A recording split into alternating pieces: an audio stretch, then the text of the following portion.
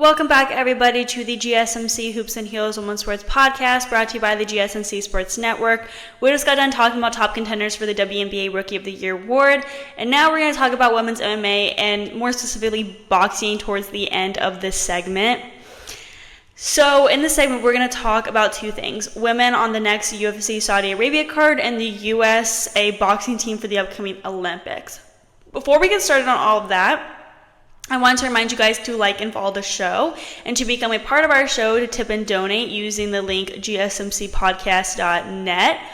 We really do appreciate you guys' support, and it really helps the show. Also, using this link puts your questions and comments at the top of the list so they get read on the air and you get that, interactive aspect of the GSMC Sports Network, how we do our podcast here. So anyway, I also wanted to remind you guys to stay to the end of the show to hear about the women's national volleyball team and the Pan American Games. So now that we got that out of the way, it is time to get started. Okay, so this past Saturday, UFC Saudi Arabia lacked female talent, but this may change, which is huge news. The UFC made its debut in the Kingdom in Riyadh on June 22nd with a card headlined by Robert Whittaker v. Ikram Aliskerov. The end came swiftly, with Whittaker finding the finish inside of the round. No women fighting, however, is a rarity for the UFC these days, but with no female broadcasters either, many pointed to Saudi Arabia's abysmal record on women's equality as the culprit. Per report by Human Rights Watch in Saudi Arabia, quote, "Women face systematic discrimination and are left exposed to domestic violence under the male guardianship system," unquote, which leaves them under the control of men from birth until death. That said, Saudi Minister and Chairman of the General Entertainment Authority, Turki Al-Shaq, and I am so sorry if I'm pronouncing that. I'm probably pronouncing that incorrectly, and I sincerely really apologize. He says that he's looking for women to compete the next time the promotion comes down. So speaking on the UFC Saudi Arabia broadcast on Saturday, he said, quote, "I know the UFC here has a lot of fans, but you see now it's changing my mind. I don't think there's a lot of fans like this, 12,000 until 1 a.m. And now I'm asking Dana," speaking of Dana White, "for the next card. We want to make it 30,000 here. We are waiting, and we want women also in the next fight," unquote.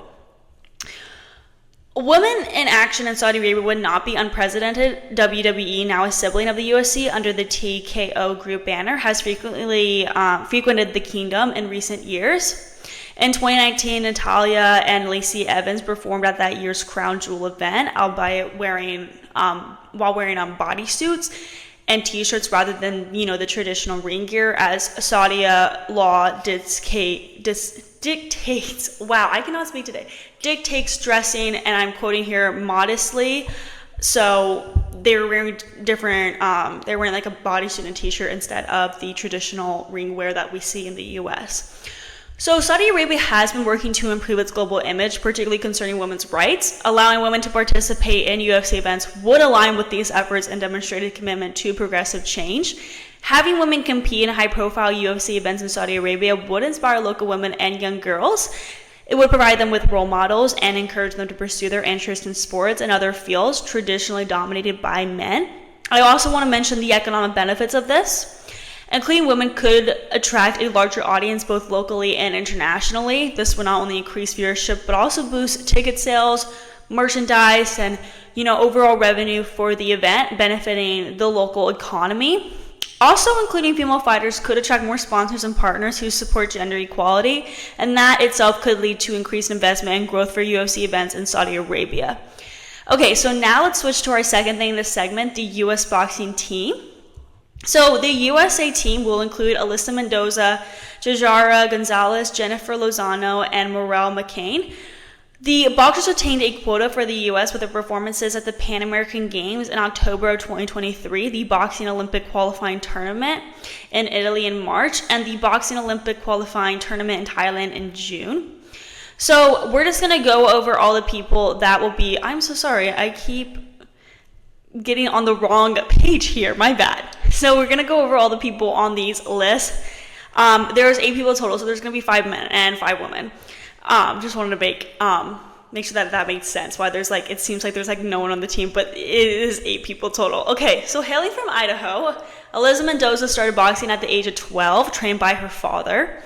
Her early career saw challenges, but she persevered and achieved significant milestones, including winning the Golden Gloves tournament on her birthday in 2022 and being named the best female boxer of the competition.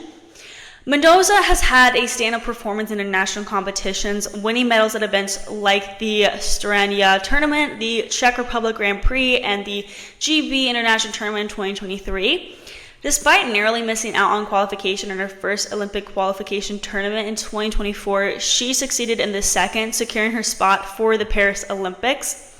This accomplishment makes her the first Olympic boxer from Idaho. Her ability to perform consistently against top-tier international opponents positions her as a strong contender for a medal in Paris. Her southpaw stance combined with her agility and strategic approach makes her a formidable opponent. Next, we have Jajara Gonzalez from California, who has made an inspiring comeback to the sport. Her journey to the Paris Olympics has been marked by both triumphs and challenges, demonstrating her resilience and determination. Gonzalez started her boxing career with significant success, winning multiple junior and youth world championships and gold at the 2014 Youth Olympic Games. Now, despite these early achievements, she faced some personal and professional setbacks, including a disappointing miss for the Rio 2016 Olympics and a 4-year break from the sport starting in 2018 due to mental health struggles and the impact of the COVID-19 pandemic. After a break, Gonzalez returned to boxing with renewed focus and an improved mindset. She worked her way back into competitive form, emphasizing the importance of mental health and a balanced approach to training. Her hard work paid off when she secured a spot on Team USA by winning the 16-kilogram category at the 2023 Pan American Games in Chile. Given her past achievements and current form, Gonzalez is a strong contender for a medal. Her experience and technical skills make her a formidable opponent in the 60-kilogram weight class. Gonzalez has emphasized her improved mental health and physical conditioning, stating that she is in the best shape of her life. This renewed focus and determination could give her an edge over her competitors. Jennifer Lozano, a 21-year-old boxer from Texas, is making history as the first Olympian known from her hometown. Known as the Troublemaker, Lozano's journey into boxing began as a means to defend herself from bullying and to combat stereotypes in a predominantly male sport. She took up boxing at the age of 9 and quickly found a passion for the sport, despite early resistance from coaches who doubted her due to her gender and weight. Lozano's tenacity and hard work have paid off significantly. She secured her spot for the 2024 Olympics by reaching the finals of the women's 50-kilogram weight class at the 2023 Pan American Games. With her strong background and the momentum from her recent victories, Lozano is a promising contender for a medal at the Olympics. Her improved physical condition, coupled with her mental resilience, positions her well for success on the world stage. Her journey is not just about personal achievement, but also about inspiring a new generation of athletes to break boundaries and strive for greatness, and I very much admire that. Lastly on the team is Morel McCain, a 29-year-old boxer from Cleveland, Ohio, who has earned her place in history as the first female boxer from the city to qualify for the Olympic Games. Starting her boxing career at 17 years old, McCain faced numerous personal and professional challenges, including the loss of her brother, which fueled her determination to succeed in the sport. McCain's dedication and hard work culminated in her winning a silver medal in the 66-kilogram weight class at the 2023 Pan American Games. This achievement secured her a spot in the 2024 Olympics, marking a significant milestone in her boxing career. Known for her disciplined approach and unique fighting style, McCain brings a blend of power and technique to the ring. She emphasizes the importance of being both aggressive and controlled, understanding that boxing is not just about strength, but also about strategy and mental toughness. Given her recent performances and continuous improvement, Morel McCain is poised to be a strong contender at the Paris Olympics. Her combination of technical skills, physical conditioning, and mental fortitude makes her a formidable opponent in the 66-kilogram weight class. With her disciplined approach and unwavering determination, McCain has a promising chance to bring home a medal for Team USA. Going into this, I do think that Gonzalez is my favorite. I've been watching her for so long, so considering that I've been watching her for so long, she just naturally is my favorite going into the Olympic Games. I'll say that though. Okay, so we're now going to move into our next segment where we recap recent NWSL games. Before we get into that, we are going to be taking a very short break, so I will see you guys very soon.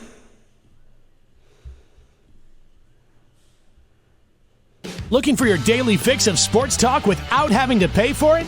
GSMC Sports Network is available on YouTube. Just search GSMC Sports Network. Get your fix of daily sports talk shows on YouTube, absolutely free. NFL, college football, NBA, MLB, MMA, UFC, fantasy football, and so much more. GSMC Sports Network has shows running all day long, with new sports shows starting every 2 hours. Just like on your favorite cable sports channel, except GSMC Sports Network is absolutely free. Just search GSMC Sports Network on YouTube to catch one of your new favorite shows, like the GSMC College Football Podcast, Chip Shot Football Podcast, Hoops and Heels Women's Sports Podcast, GSMC Basketball Podcast, and so many more. Check it out for yourself. GSMC Sports Network, now available on YouTube absolutely free. Search GSMC Sports Network on YouTube right now.